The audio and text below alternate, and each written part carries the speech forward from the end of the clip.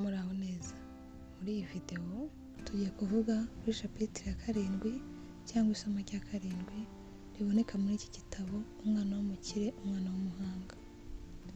Muri iki gice umwanditsi arabaza ati: ese ugeze utekereza ko bishoboka ko umwana wawe ashobora kugera ku myaka 30 atagomba gukora akazi kugira ngo abeho? Wenda uri kwibaza uti ni gute umuntu atagomba gukora akazi? Ariko uyu munsi ndashaka ko tuganira ku gitekerezo gikomeye cyane gishobora guhindura uko utekereza ubuzima n'uko witegura ejo hazaza. Si uguhagarika gukora, ahubwo ni ukugera aho udakora kugira ngo ube wabaho. Ni ukuvuga kugira umudendezo nyakuri w'amafaranga. Abantu benshi bakura bigishwa ibintu bisa: iga neza, shaka amanota meza, jya mu kazi keza, korera amafaranga ubuzima bwawe bwose. Ariko hari ikibazo gikomeye cyane muri ibyo byose: ntawe ubigisha ko amafaranga yakubera umukozi. Niyo mpamvu usanga abantu benshi bakora imyaka myinshi bakagerageza kubaho neza, ariko bagahora bafite impungenge z'amafaranga. None se kuki ibyo bibaho gutyo? Ni uko batigeze bigishwa uburyo bwo kubaka ubukire. Muri iyi videwo tugiye kubivuga neza. Hari uburyo bubiri abantu babonamo amafaranga. Ubwa mbere ni amafaranga ukorera. Aha niho abantu benshi bari. Abantu benshi barabyuka bakajya mu kazi, bagakora, bagahembwa. Ariko igihe bahagaritse ako kazi, amafaranga ahita ahagarara. Bivuze ko ubuzima bw'abantu benshi bushingiye ku kazi kabo. Reka mubaze ikibazo gito: uramutse uhagaritse akazi kawe ejo, ubuzima bwawe bwakomeza nk'uko buri uyu munsi? Niba igisubizo ari oya, tekereza neza ku byo wakora ndetse n'aho washora amafaranga kugira ngo ajye ahora akwinjiriza andi. Ubundi buryo bwa kabiri ni amafaranga agukorera. Aha niho ibintu bihinduka. Ni amafaranga winjiza utagiye ku kazi buri munsi. Ni amafaranga ashobora kuza niba waba uri kuruhuka cyangwa uryamye.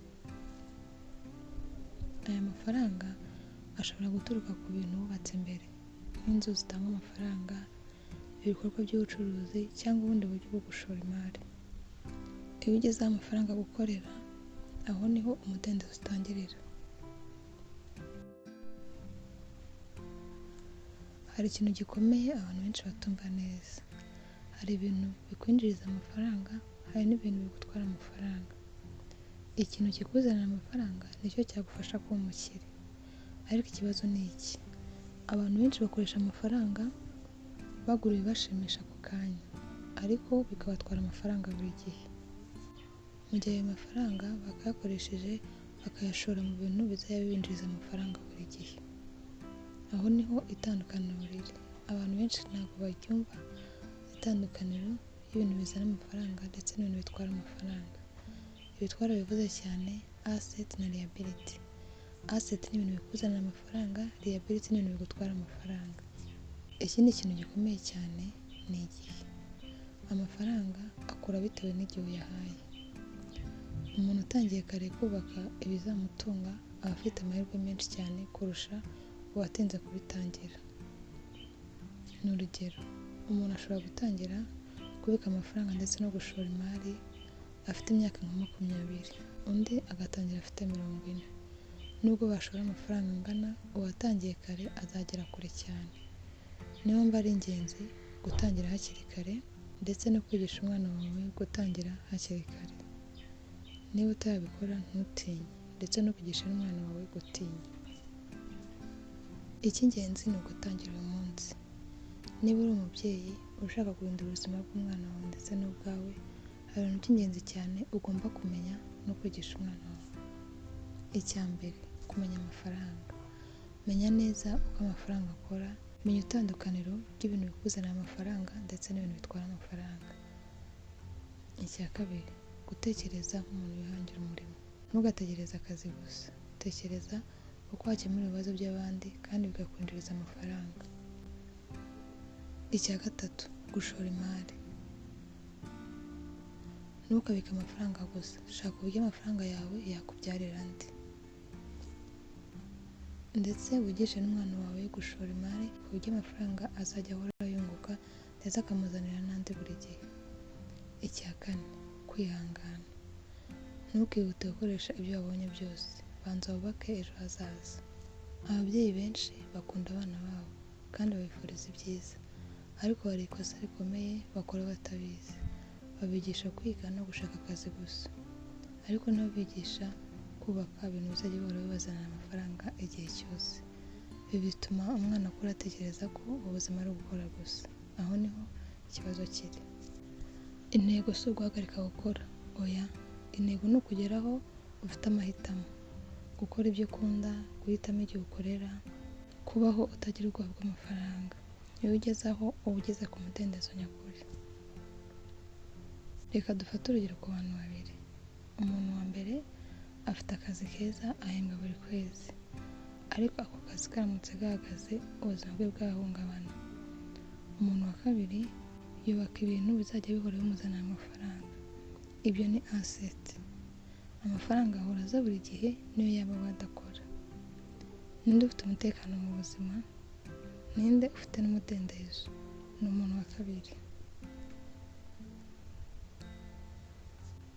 Iyo umwana wawe agomba gukora kugira ngo abeho, ntaba afite umudendezo. Ariko iyo ashobora guhitamo gukora cyangwa kudakora, aho niho ubukire nyabwo butangirira. Tekereza kuri ibi. Uri kubaka ubuzima bushingiye ku kazi gusa, cyangwa uri kubaka ubuzima amafaranga azagukorera? Tangira uyu munsi. Ibuka ko washora imari, ibuka ko amafaranga akora, ibuka ko watangira bizinesi, ndetse ubyigishe n'umwana wawe. Mwigisha byinshi ku bijyanye n'amafaranga, nuko yakwiyubakira ibintu bizajya bihora bimuzanira amafaranga, ko yakwiyubakira asset ku buryo azageraho bitakiri ngombwa ko akora kugira ngo abeho. Tangira umwigishe ibintu byose bijyanye n'amafaranga, kuko ejo hazaza hawe n'abana bawe hazaterwa n'ibyo kuri uyu munsi. Tangira uyu munsi.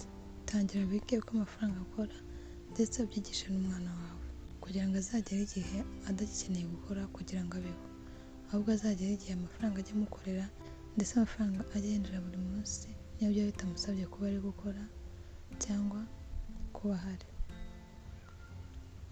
Tangira gutegura ejo hazaza hawe ndetse n'umwana wawe. Tangira kubaka ibintu bizajya bihora bikuzanira amafaranga, ndetse ugishe n'umwana wawe uko yatangira bizinesi, uko yashora imari, kugira ngo azagire aseti, azagire ibintu bizajya bihora bimuzanira amafaranga igihe cyose. Ndizera ko wigiye byinshi muri iyi videwo. Kanda like, kora subscribe, ndetse usangize n'abandi, ndetse uzakomeze ukurikirane n'izindi videwo, kuko tuzaba dukomeza tuvuge amasomo y'ukuntu wagera ku bukire, ndetse n'ukuntu wakwigisha umwana wawe. Murakoze.